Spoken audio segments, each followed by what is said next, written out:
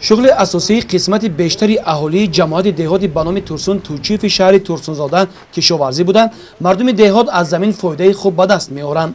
در حدود جماعت نزدیک به 150 خوجگی دهقانی فعالیت دارند که پرورش لیمو و سبزیجات و پالزی‌ها در گرمخانه‌ها برای اهالی دهاتی به نام ترسون توچیف منبع خوبی درآمد گشته است. با مقصد تامین بازار استعمالی در شهر ترسونزاده سال تا سال تعداد و مساحت گرمخانه‌ها افزون می‌گردند.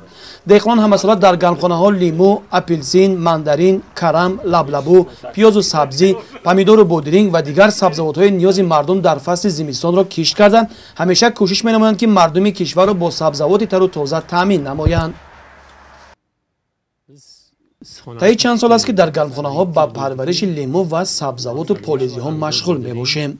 برای اهل خانواده ما پرورش سبزیجات در گرمخانه‌ها منبع خوبی درآمد بوده. با استفاده از این اصول بودجه عائله خود را غنی می‌گردانیم. در حقیقت تشکیل گرمخانه‌های خود در قطعه‌های زمین نزد حولگی از ثمرناک استفاده بردن هر وجب زمین کوشش می‌نماییم. چقدر که می‌بینید همراه ما یک چند نفر همدیگران نیز کار می‌کنند. با نظرداشت امکانات‌ها کوشش می‌نماییم که رشد استحصال محصولات تر و تازه را در فصل سرما افزون نموده در تامین امنیت عضوخواری کشور سهم گذاریم. تازه محصولات من تامینش مقصد میشه. مقصد اساسی کشاورزان جماعت به نام ترسون توچیف شهر ترسونزاده این نگاه داشتن و استوار نمودن امنیت عضوخواری کشور است. زیرا امروز باید از زمین‌هایی که آبی و للمی وابسته کرده شده است ثمرناک استفاده بردن استحصال محصولات را افزون نمایند. این خوجگی‌ها برای تامین نمودن اهالی با سبزیجات تر و تازه همیشه در پیش صف میباشند.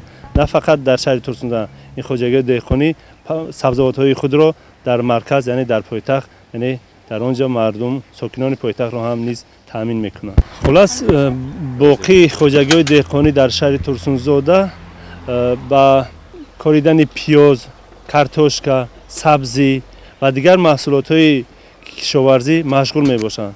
حالا باشد خوجگی دهقانی در زمینه خوجگی دهقانی در یک قسمتش با پخته کاریدن پنبه‌دانه کش پنبه‌دانه را شروع نمودند.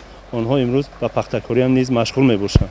قسمت دیگر خوجگی دهقانی نیز هستند که آنها امروز در خوجگی دهقانی خود یعنی با باغداری مشغول میباشند. از جمله با شناندن تاک یعنی انگور نیز مشغول میباشند.